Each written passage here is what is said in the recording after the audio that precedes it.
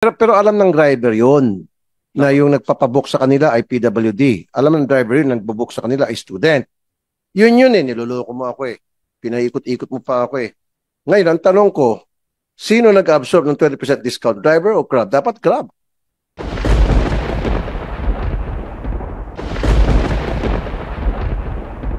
Pag PWD and student, senior citizen na may discount, napakahirap mag-book. Alam niyo po yan. Kaya ang ginagawa ng ibang tao, dalawang cellphone nila. Kunyari, student. Meron siya sa kaliwang cellphone niya, bubuk siya na student. Sa kabilang cellphone niya, bubuk siya na siya student. More often than not, doon sa hindi student ang tumatanggap. Pag student, palagi decline, no available driver. Pag PWD, no available driver. Ba't pa tayo mayroong batas para magbigyan ng discount na pinairal ng LTFRB kung hindi yung sinusunod o sinasadya nyo hindi sunodin? Ito, Mr. Chair, no? Hindi po nakikita ito agad-agad ng driver kapag meron pong discount, no? No? Kasi yung gumagamit ng apps, pag nag-register siya, sasabihin mo doon kung ikaw ay PWD at saka pag nag-accept, di ba? Nakalagay naman doon eh. Kung ikaw ay PWD o student ka o senior citizen ka, ano estado mo? Then siyempre, pag nakita na PWD to, tinatanggihan. Kaya kadalasan, mga PWD, hindi na nagsasabi na PWD sila kasi pag mag-PWD sila, mamuti ang mata sa kaantay.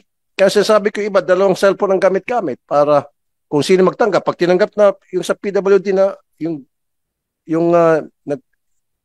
nag-book, salamat.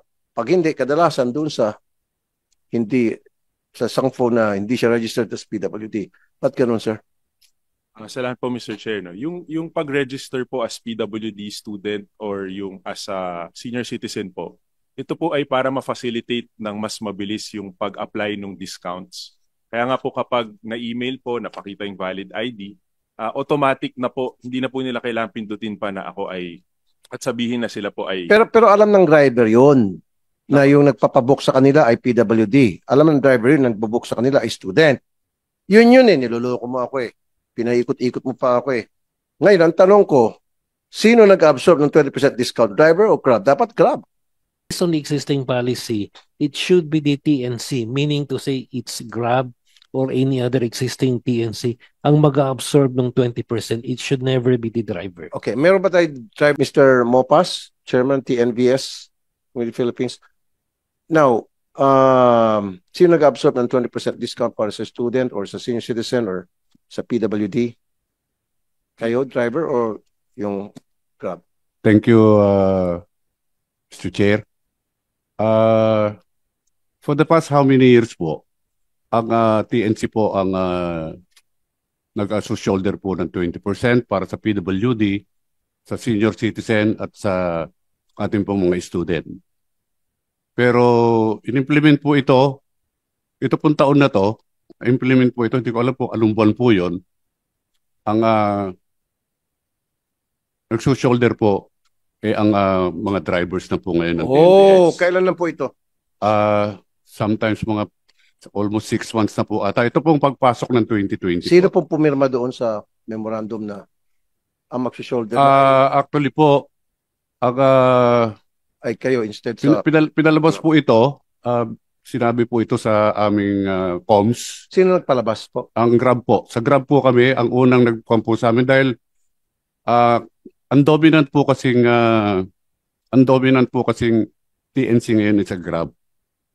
Okay. Pero nung umpisa pa po nito, nung pre-pandemic pa po hanggang pumasok po yung mga ibang TNC natin, ang Grab po ang dominant na ride-hailing po. Okay, so dati sabi nyo for so many years, how many years na ang nag-shoulder ay yung Grab. Ngayon, TNC. Ngayon, pinag-shoulder na sa kayo mga driver. Doon sa 20% discount para sa PWD, senior citizen students. Tama? Did I hear it right? Yes, Your 6 Honor. months ago lang. Yes, Your Honor. Grab, anong nangyari, sir? Salamat po, Mr. Chair. No?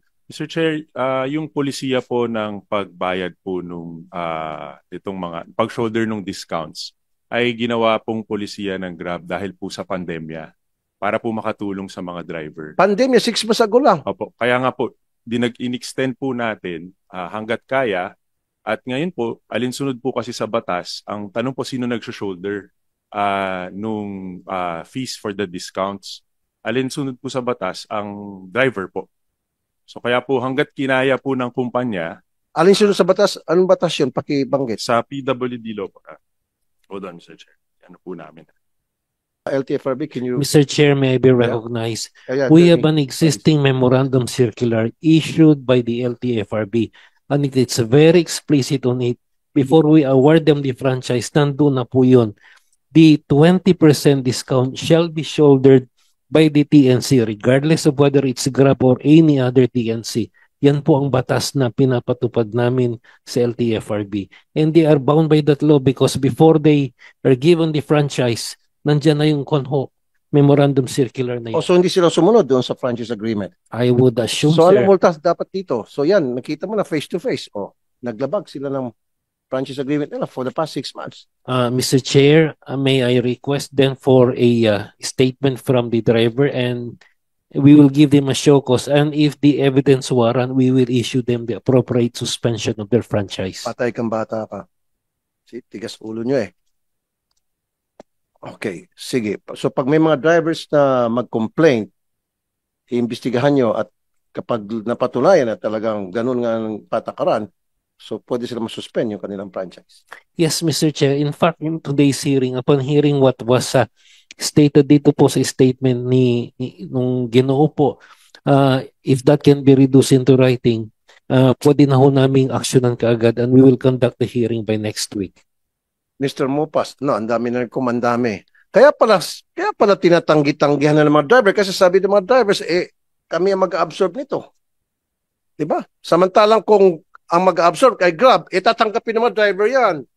They'll be more than happy to accept it because they know na kailangan mapagsilbihan yung mga PWD natin, mga senior citizens, mga estudyante lalo na. Pero, bawas sa kita ko to.